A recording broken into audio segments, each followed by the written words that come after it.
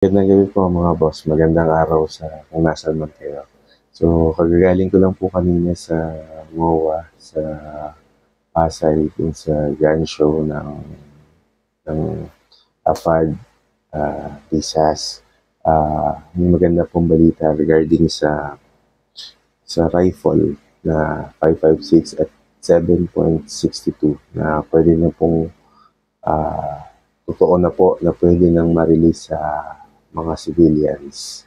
So, kung interesado ka sa topic na to, pa-like and share naman po at pa-subscribe na rin po sa video na to para sa iyo ang video na to.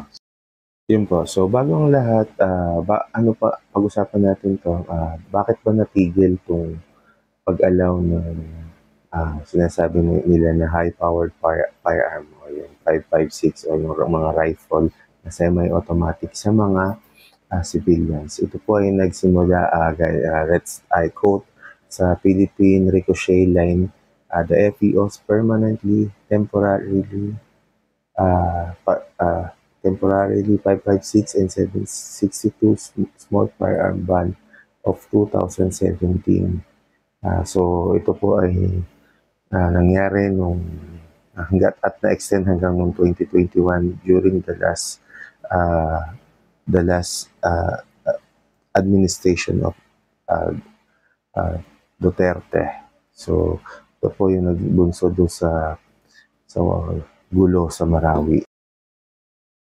At luckily po this year, nagsimula itong mga bali-balita na po this May na yun na po, ibabalik na po yung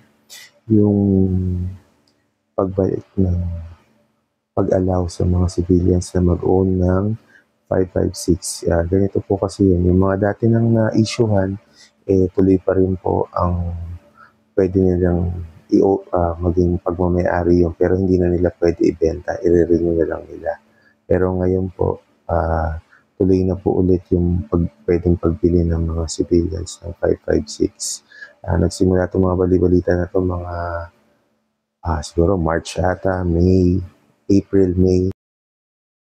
Tapos ito yung time din na po na parang ang daming kumukontra, ang daming problema. So, nag-comment na rin po yung AFP dito, courtesy nitong clippings na ito sa GMA News Online na AFP, civilians owning high-powered guns, A+ for reserve force efforts. So, ayon po sa AFP, ini-encourage nga nila na magkaroon ng mga ganito trainings at yung mga civilians para maging force multiplier if ever magkaroon ng conflicts, pero sana hindi naman po mangyari. So ito po, i-play ko po yung mga sound bites na nakuha ko sa video at pinutol-putol ko na lang po. Yung isa po dito, yung una yung galing sa Rust Raid, and then yung isa galing sa Lock and Load, which is yung last time na natanong ko po sila, magulo pa nga daw kaya hindi pa sila nag-aalaw na may bumili sa kanila kasi baka kulitin lang sila nung mga buyers tapos hindi naman nila ma-deliver. Mas nakakapag-release na kayo ng 5.56? 5.56 na rifle. Nakapag-release tayo noon. Nakapag-release na ba kayo? Nakapag-release na tayo ng 5.56.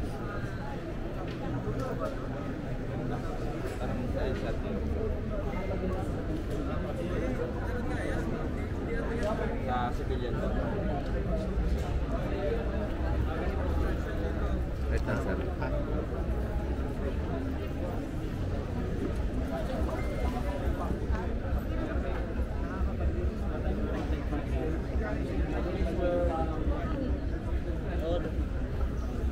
Meron na. Sir, Pwede na? Paano ang process? Ano sir? LTAP lang po, pag civilian. Anong tawag doon? Yung qualification, ano ba dapat? Type 1, type 2? Any type, kahit type 1 pwede bumili? Opo sir. One high power lang po. License. Per account. Opo, per account. Thank you. Sige po. Yun sabi ko sa kanya. Ako sasabihin ko talaga sa inyo kasi baka mamaya kumuha tayo. Ba't ganito? Hindi sinasabi sa ano yun. Basta wala ka nagsasabi. Allowed na. Maganda yung alam natin. Sir, question. Nakakapag-release na ba kayo ng 556? 2 months po ang ano niyan eh, ang process niya. Pero pwede na allowed na po sa civilian. Alam na po sa civilian. Ito po, lahat yung tatlo na yan pwede. Pwede na. Ito, kaso ito, full auto to. Oo. Yung i-issue sa inyo, semi-automatic.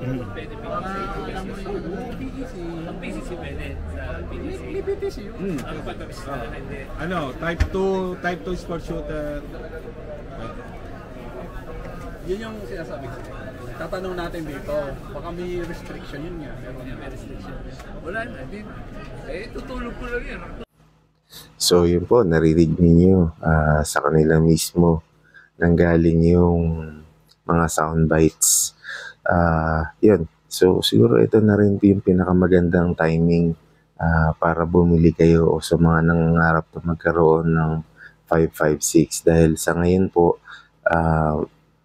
medyo mas mura pa po siya kasi lalo na po hindi po siya kagad marirelease by January pa by June pa siya marirelease kasi by January ay gun ban na po. So siguro yung mga pwede kayong kumausap sa mga gun store, may mga magkaroon sila ng mga layaway promo, pwedeng ano muna kayo, hulog-hulog until dumating yung time ng June para 2025 para ma-release na po yung mga units ninyo. So, yung price range po niya, marami na pong locals, may mga locals, katulad po niya mga nakapost, may Shooter, United Defense, merong Metro Arms, merong Armscore. So, yung price range niya, yung shooters nasa 80, pero ang malilinis po talaga nagawa yung nakita ko talaga ng actual yung sa Armscore na barrel na rifle tsaka itong sa Metro Arms talagang malinis na malinis. Pwede mong i-compare sa Daniel Defense. Para naman doon sa mga ayaw ng local brands, so may mga nakita din po tayong Daniel Defense. Ang presyo niya mga nasa 250 to 400,000. May Bushmaster din pong boot pero walang anong tawag dyan, walang display. Tapos meron din pong Colt nasa 140 at yung pinakamura po na imported brand which is yung Taurus na T4 less than 100 lang. So kayo na pong bahala. So yun lang po mga boss at salamat po sa inyong panonood.